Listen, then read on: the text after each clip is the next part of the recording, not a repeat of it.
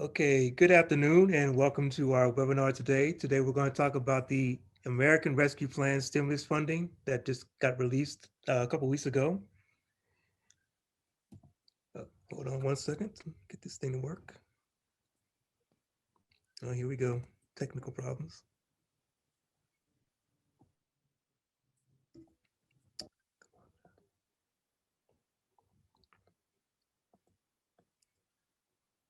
Thing is not cooperative today.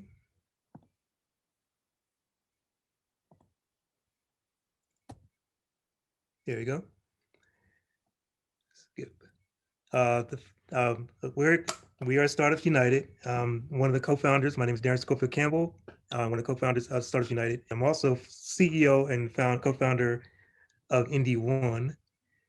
Talk more about that in a minute. My other co-founders are Alex.Linares, Peter.Llaguno, who's also on the line, and Christina Reddick, and he'll talk as well.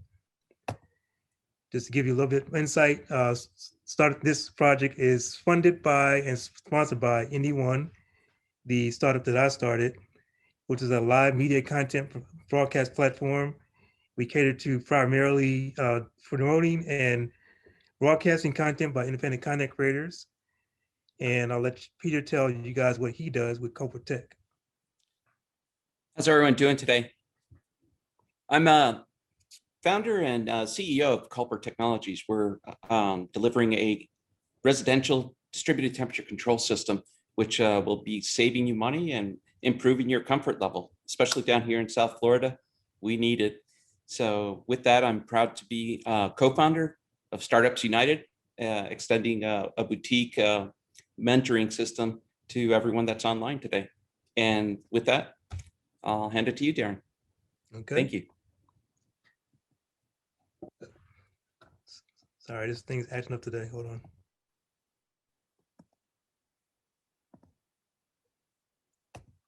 Here we go. Basically, what we do at Startups United is our goal is to educate entrepreneurs about the resources that can help accelerate their business, as well as create opportunities to network with other entrepreneurs. And ultimately, our goal is to empower entrepreneurs to pay it forward to educate other entrepreneurs up and coming. Today, our speaker is Jonel Hein. He's a deputy district director of the South Florida District of the United States Small Business Administration. And at this point, I'm going to turn over the meeting to her. I'm muted, sorry. Thank you, Darrin, and thank you, Peter. It's good to be back to give you some updates. I'm with the South Florida District Office. We cover the 24 counties that are south of Orlando down through the Florida Keys. We have a sister office up in North Florida located in Jacksonville. So through the two district offices, we cover the entire state for the state of Florida. But we are a network of 68 district offices that cover not only our 50 states, but also all of our US territories. So everything that I'm telling you today, someone else from one of our offices would be able to give you the same information. So we're trying to give a unified voice to the messaging that we have related to all of the information that is COVID related, but also for our other programs and services as well. So do you want to start the slide presentation now, Darrin? Okay, so this is actually a branded presentation that we have for the Economic Aid Act, which, as you know, was passed at the end of December of 2020. We do have the American Rescue Plan Act that was just enacted recently, and I do have a slide of talking points on that, but we are still waiting for a lot of the guidance and the regulations to roll out over the programs that were created and or tweaked, if you will, with that latest round of legislation. So most of what I'm going to talk about today is the Economic Aid Act, although we've had some changes to that as well. The best way to get information about our programs is on the website that's listed at the bottom of all the slides, which is sba.gov/coronavirus relief. And that's a tongue twister, but that's what it is. So basically, these are the programs that we have that are related to COVID to help out businesses. There are some that are related to loan programs, some that are related to grant programs. So most people know about the Paycheck Protection Program, what we call PPP.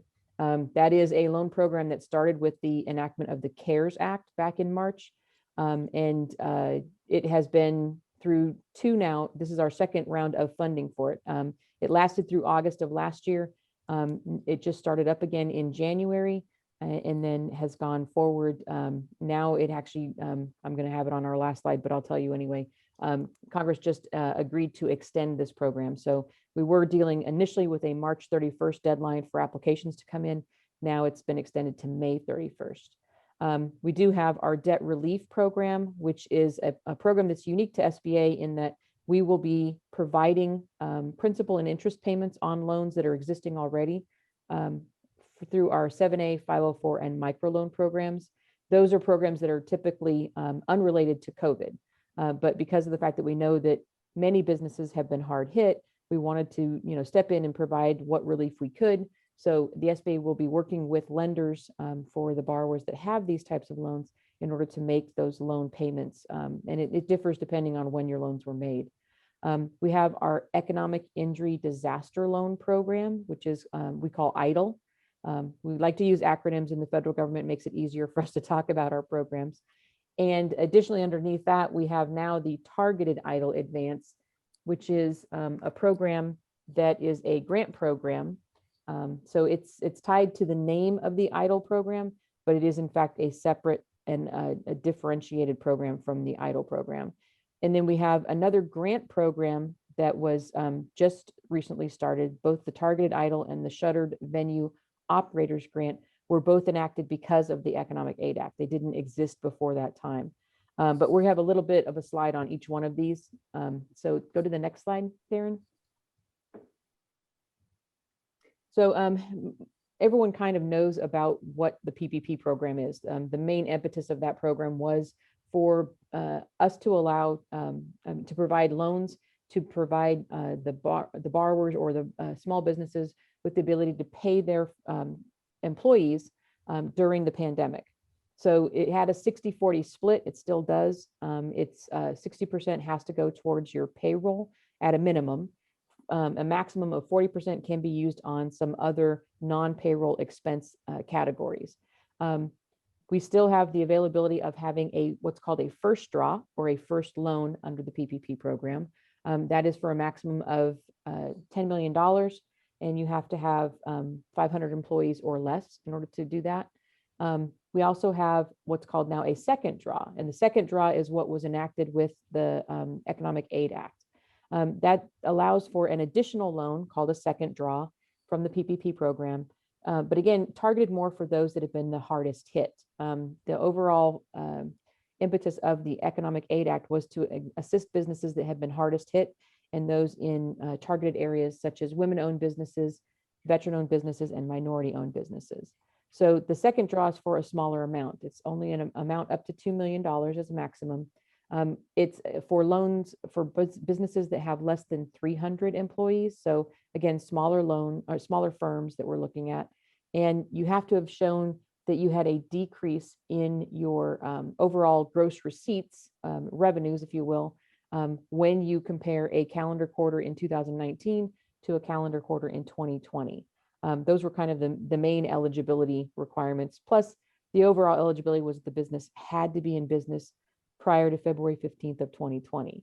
But we realized that we needed to do some changes to this to increase the availability of the loan for certain borrowers. So early in March this month, we enacted what's up on the screen, policy changes and additional guidance that came out to tweak the program, if you will. One was that it allowed increasing support for those that are Schedule C filers, independent contractors, the sole proprietors, and the self-employed individuals. Initially, when we rolled out the program, what we were looking at was the net profit of the company in order to determine the loan size. Now it's based actually on the gross revenues of that company, therefore providing the opportunity to get more funding for those particular entities. And they're typically smaller. Many of them don't have additional employees. They're a solo owner, or what's termed a mom and pop business, if you will. The other thing was that we lifted some restrictions on people who had ex-felons or felonies in their background.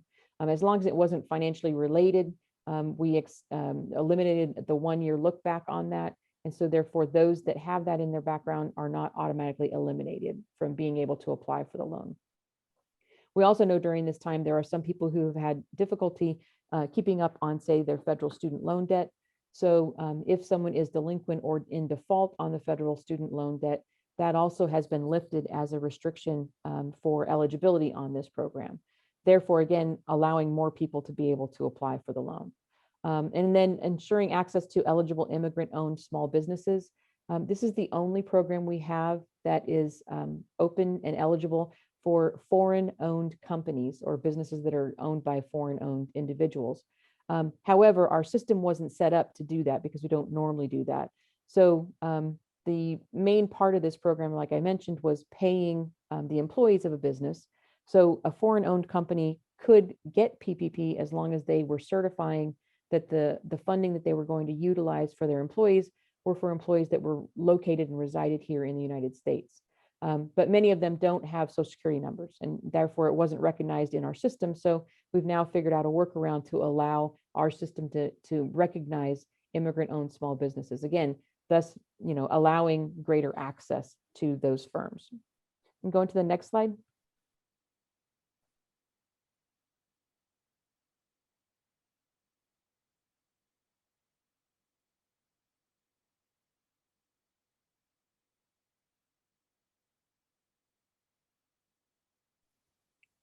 Hold on 1 second. I'm No problem.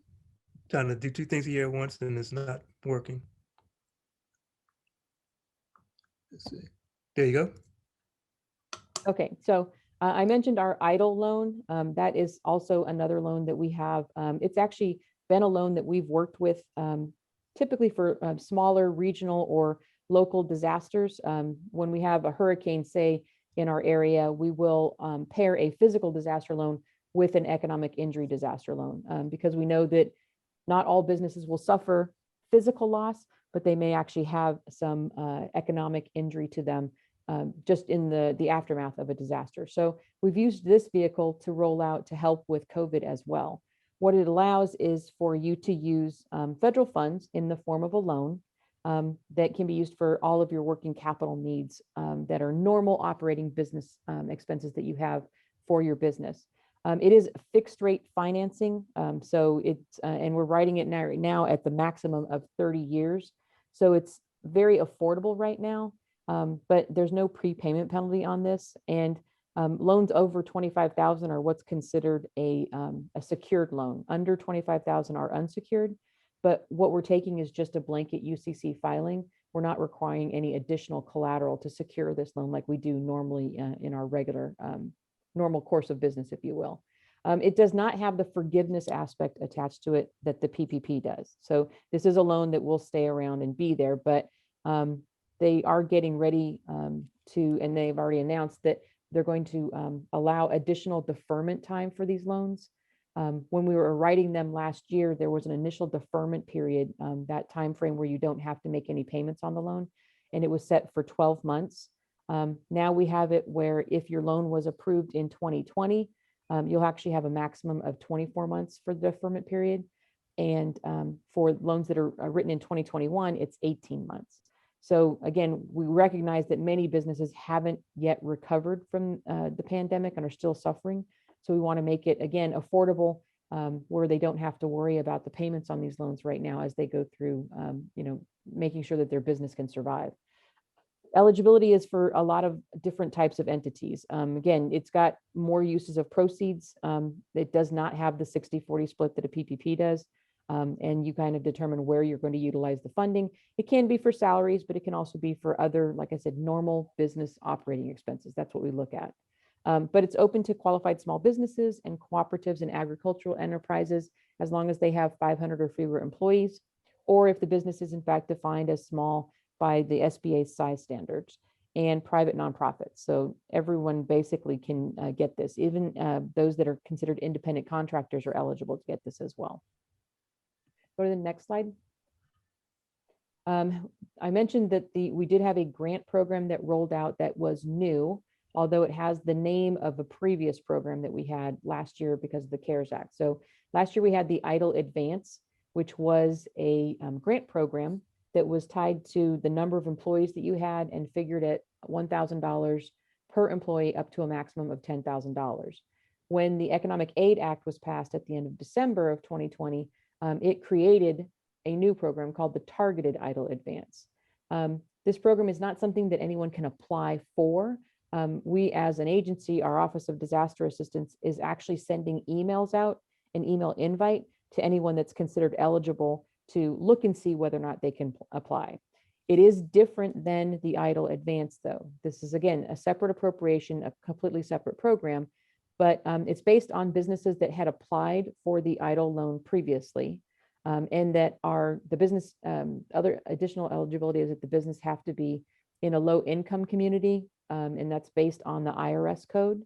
And they have to have suffered greater than 30% economic loss, and again, have less than 300 or less than 300 employees overall.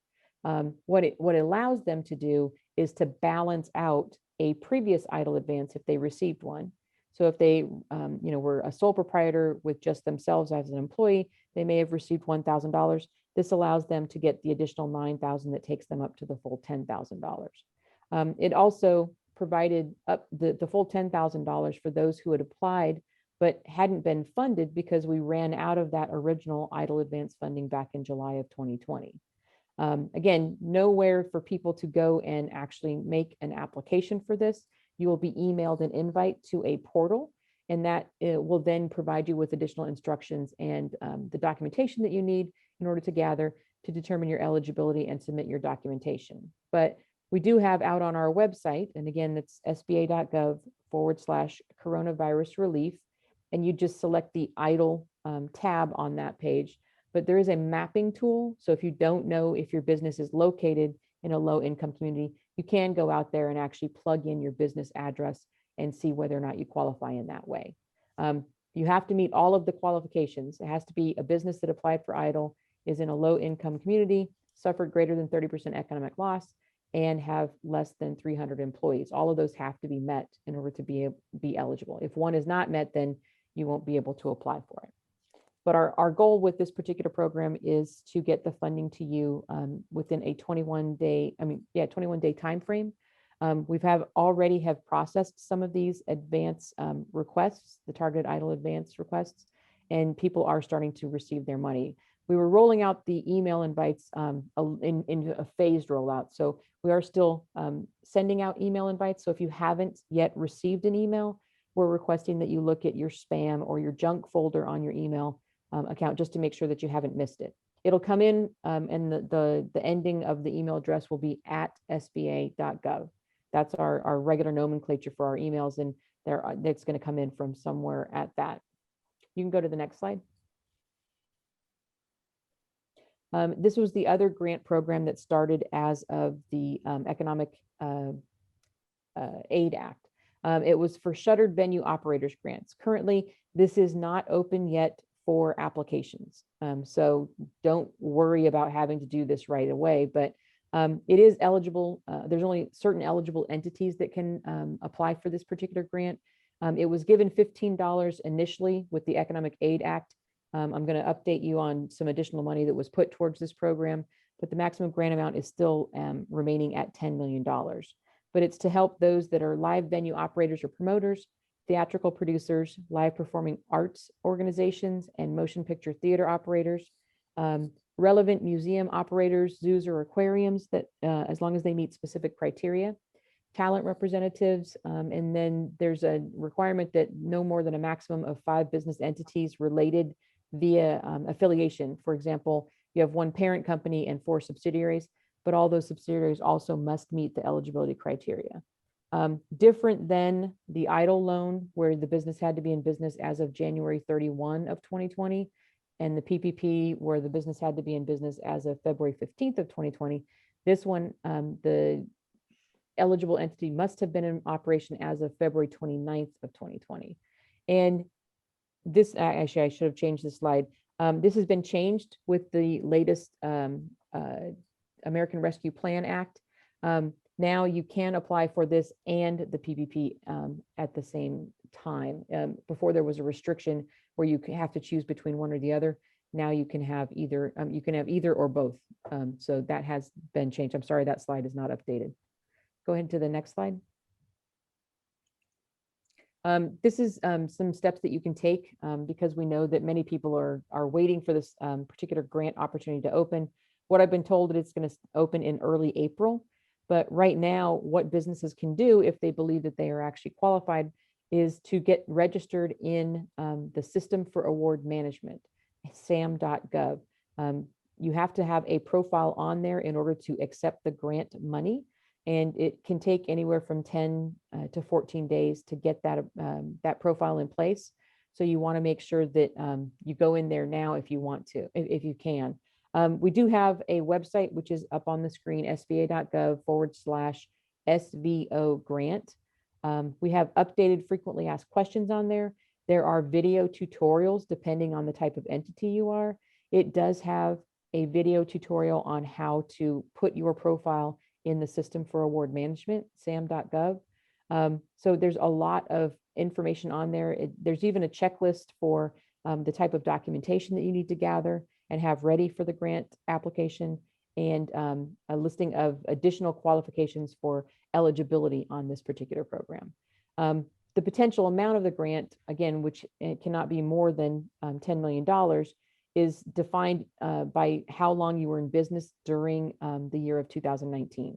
If you were in operation the entire year, meaning that you were in operation as of January 1 of 2019, then the maximum that you can get is $10 million or 45% of the 2019 gross earned revenue. If you were not in business for the entirety of 2019, then it's really based on the average monthly gross revenue for each full month that you were in operation during 2019, and then it's hidden by the logo, but it's multiplied by 6. So, that's kind of the overall gist of it, but there's quite a lot more information on our website about this. And I'm always referring people back to this because this is a brand new program, something that was not in existence prior to December of last year. Go to the next slide. I mentioned the loan debt relief. Again, this is for existing 7A, 504, and microloan borrowers only. The PPP loan is not included in this, neither is the EIDL. But basically what we're doing is we're working with your lenders to provide a certain time frame where SBA will make payments on your loan, both the principal and interest. You don't have to apply for this. It's not necessary. We're going to provide it automatically. Like I said, we're working with your lenders to get the specifics down for each loan. But you will should have received a letter if you are one of the eligible borrowers. And we have a sample of that out on our website, so you can see what that would say. If you have questions about this, though, the conduit for your questions is always your lender, because they're going to know what they've discussed with SBA headquarters on this. Go to the next slide. So the American Rescue Plan Act. I'm going to read a little bit of these because these are the new talking points on it, but there were some changes to our programs. If you go to the previous slide. So the American Rescue Plan Act provided an additional $7.25 billion for the Paycheck Protection Program. And the eligibility was expanded to include certain additional nonprofit organizations that were not eligible before, and certain internet-only news and internet-only periodical publishing organizations that have NAICS code 519130. The disaster assistance, again, it didn't necessarily tweak our EIDL loan program, but there was a change and actually additional funding for the targeted EIDL advance.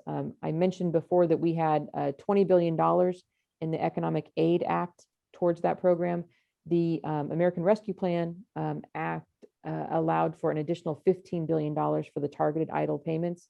And it now also includes $5 billion of funding for a new supplemental targeted EIDL advance for those that are hardest hit. It also provided an additional, $70 million for our economic injury disaster loan program. And that one right now is currently open till the end of December. Applications need to be received by 12/31 of 2021. There will be another new grant program as well called the Restaurant Revitalization Fund, which is a grant program. The American Rescue Plan Act provided for $28.6 billion for a new restaurant revitalization fund for grants to eligible entities in this hard-hit industry, with a maximum of $5 million grants per location and an aggregate of a maximum of $10 million if you have more than one location. What they're looking at as far as eligible establishments, it would be restaurants, food stands, food trucks, food carts, caterers, saloons, inns, taverns, bars, lounges, brew pubs, tasting rooms, tap rooms, licensed facilities, or premises of a beverage alcohol producer where the public may taste, buy, or sample products, and any other similar establishment where people assemble for the primary purpose of being served food and drink. Any establishment is eligible as long as they have 20 or fewer locations. It says that ineligible entities include state or local government operated entities and publicly traded companies, as well as those entities that have a pending shuttered venue operators grant application or have received the SVOG. So again, more information is going to be rolled out. We will actually stand up a separate website for this new grant program, but it's something that came into play because of the American Rescue Plan Act. We also have another grant program that's called the Community Navigator Pilot Program. And the American Rescue Plan Act provided $170 million for this so that we could establish a Community Navigator pilot program and conduct outreach efforts. The law designated that the funds can be used to provide grants to eligible organizations supporting efforts to improve access to COVID-19 and pandemic assistance programs and resources, as well as create a telephone hotline. So again, it's to get more information out to the small business community so that we can be sure that the hardest hit entities will have some sort of relief. But again, this wouldn't be for small businesses. These would be for entities in the community that would be able to push out the message of SBA and what it is that we're doing and provide additional access to the programs. That's what we're looking at. The Shuttered Venue Operators Grant received an additional $1.25 billion for that program, with $500,000 of that going towards technical assistance for and around the grant application. So again, a way to make sure that those that think that they're eligible won't have to go it alone to make the application for the program. So again, something that we have to stand up, but it also ensures that the venues did not miss out the window to receive PPP. I mentioned before that if you had applied for the PPP, you were not eligible for the Shuttered Venue Operators Grant. Now you can have either one or both. So it lifted that restriction, which is great. Let's see here. It also, there were some additional things for us to run these programs, but that's kind of in a nutshell. I mentioned already the extension of the PPP program. Congress just voted on that this week. It looks as though the PPP program will be extended to May 31st. We'll have an additional 30-day cleanup period for those that are applying on the last day in order to get those additional applications approved. But that is where we stand on that program right now. It may change going forward, but that's what we've got right now. So again, our website's going to be updated. All of this is brand new information, just not even more than a week old. So you have to give us time to get everything out there, but it will be updated as fast as possible. Our district offices have these talking points. So as soon as we have the actual rules and regulations, we'll be able to provide some more additional information to those programs. Go to the next slide, Darrin. To stay connected with us, all of this information that will be rolled out is going to be sent out either through the SBA's e-newsletter. So you have the ability to go to that website, sba.gov/updates. If you enter your email address, you'll also be able to enter your zip code. If you put your zip code in, you'll actually be added to our local office or your local office, no matter where you're at in the United States. And you'll start getting emails not only from the agency as a whole, but you'll get it from our local district offices as well. We also have a presence on Twitter. We have a Twitter account, not only for the agency, but for each district office as well. So the first handle that's up there is for the agency. The one that's highlighted is for our South Florida district office. Again, if you want to go on there and follow us, you'll instantly start to receive the stuff that we put out. We can always encourage people to provide us with emails if we can provide some additional assistance at our email address, which is South Florida underline, and then the letter D like David, O like Oscar, at sba.gov. You can call our office at the phone number that's also highlighted on the screen, although we do receive a lot of phone calls, so sometimes emailing tends to be a better method to reach our office, because we have employees that are monitoring that each day of the week. There are some websites on the screen to provide additional information. I've mentioned the sba.gov/coronavirus relief. That's for everything related to COVID that we're doing for our small business community. There are separate sections of that for each of the programs that I've already discussed. Specifically for PPP, you would go to sba.gov/PPP. For the Shuttered Venue Operators Grant, it's sba.gov/SVO grant. And I think we have one more slide. Oh, questions. Okay, so now time for questions. Okay. Well, I had some questions, but before I ask, Peter, do you have any questions? You know me, I always have questions. Okay. Thanks, Jonel, again, for a real good and informative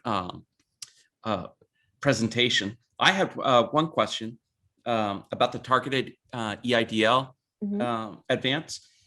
I'm not sure if you covered it, and perhaps I missed it, but that will also require prior receipts, your revenues or your gross receipts, like net income. Yeah, there's a list of information, a list of documents that they want you to gather before you do that, so that you can have all that information in front of you. Basically, what they want is your 2019 tax returns, and then your gross receipts that you have for 2019, 2020, and 2021, whatever you have like so far for this year, because of the fact that they're looking at an 8-week period to determine that 30% economic loss. Fantastic. That clarifies it. I'm always getting asked that question, but with especially with veterans that are starting up businesses or have existing businesses. So that's really good. Thanks. You're welcome. That's the only question? I thought you had more. Well, I can start. Okay. Well, I have a few more questions. One, piggybacking over what he just asked. You said something about a UCC filing for the idle loan, right? Yeah. So you're basically looking to see if there is a UCC filing or not? No. The agency places a UCC filing on the business assets of the loan, of the borrower. That's the only collateral that's actually being required. Typically, when we have this program and we roll it out, like I said, attached to something like a hurricane or some other natural disaster, there is a requirement that we be as secured as possible. So we might take, a second mortgage on your house. We might require personal guarantees, because of the fact that we wanted to roll this program out as quickly as possible with as little interruption to the business as possible. We've decided just to take the UCC filing as the only collateral for the loan. Okay. And I know this is probably too early to ask this question, but I just heard like a couple of days ago that possibly the idle grants will be extended to every business that's eligible and will get the full 10,000 if we're eligible. I've heard there is a possibility. Currently, the way it's working right now, the way the legislation is written, is that it's for those that applied prior to when the Economic Aid Act came into play, which was December 27th of 2020. So that left out everybody that applied after that time. I've heard that as well. I don't know when that will be rolled out, but I've heard that they are going to be opening it up because of the additional infusion of capital. They'll be able to open it up to a greater audience for that. So we're just waiting for more information on it. And the mom and pop, you said for the immigrant organizations or immigrant businesses. Immigrant owned, right? Yeah, they're able to apply. They are, they've been eligible from the very beginning. We just had some problems with our system in not accepting if they didn't have an EIN number here and they didn't have a social security number, it was difficult for the lender to put them into our system, because that's kind of what they recognize as identifying numbers for those companies. So now we have a different way that they actually receive I think it's an ITIN number, and they can use that when they're making the application. It's outlined on the applications itself. They've been updated to show what they need to provide to the lender in those areas of the application. And where do they go to apply? Because I know I've been getting emails and I've seen on websites that like the city has them available, or they're listed on their website, but I don't know what lenders they go to.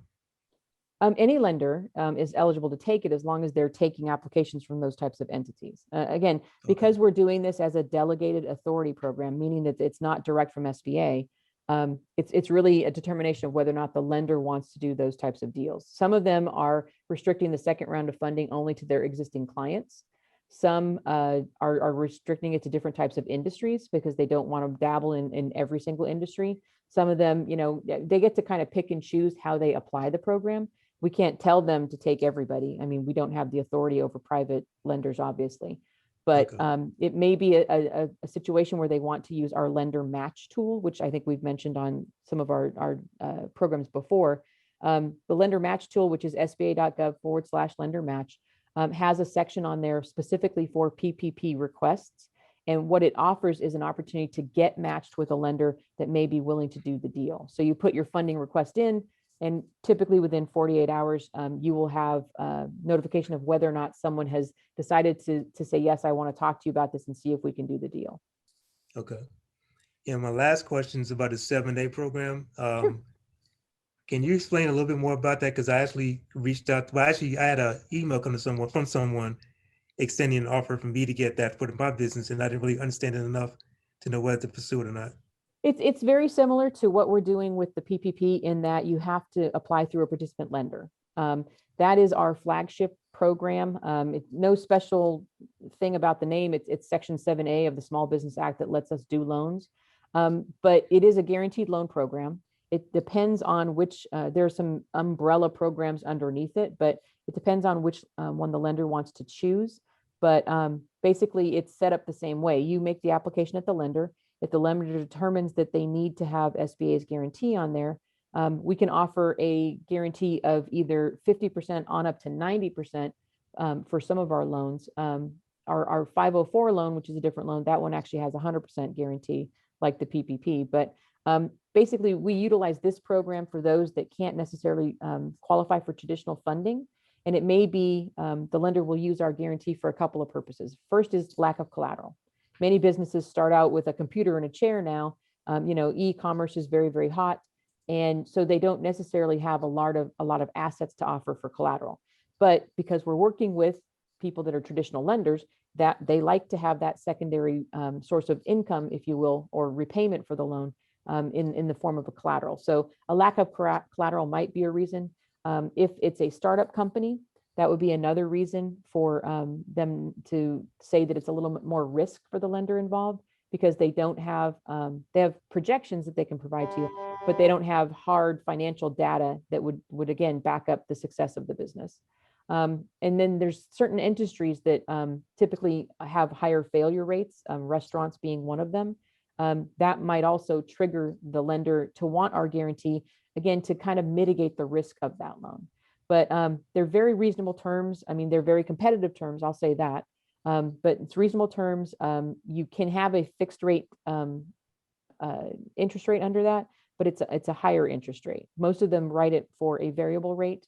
And depending on what you're using it for, we can typically stretch the maturity out longer than your traditional financing for commercial businesses would be. So we can go 10 years on working capital, where most lenders won't go past 3 years.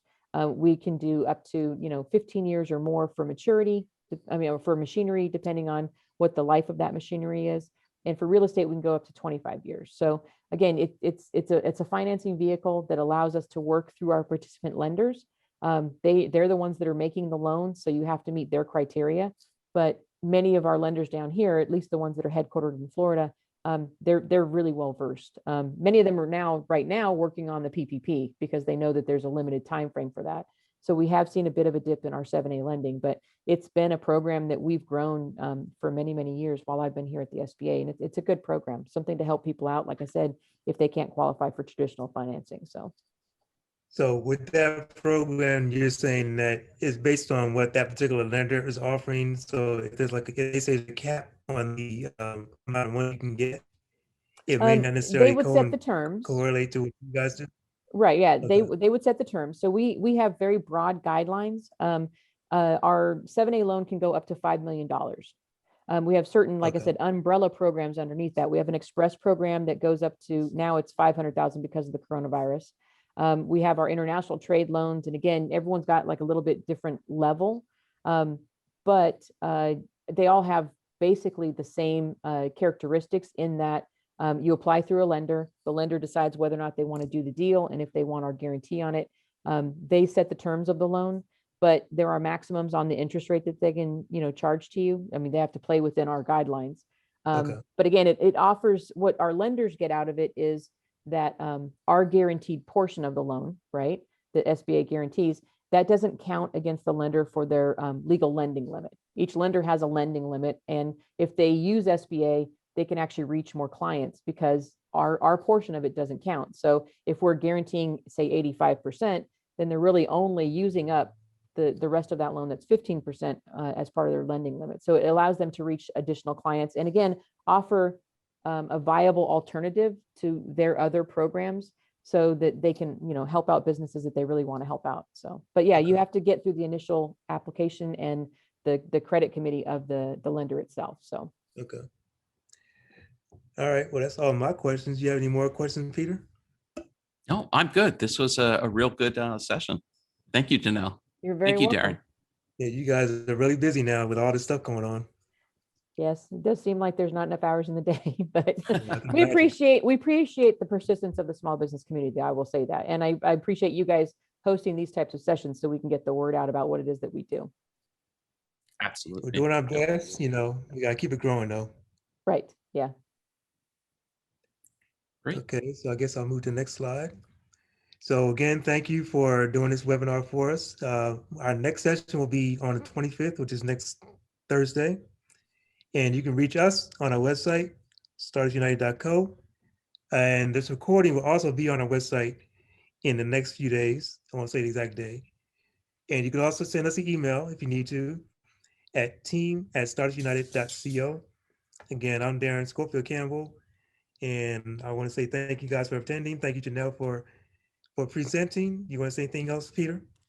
No, once again, we're trying to reach, or we're attempting to reach all the startups in the community, tech startups, you name it, we're there for you. So reach out to us. Okay, so we wanted to say thank you again and see you next week.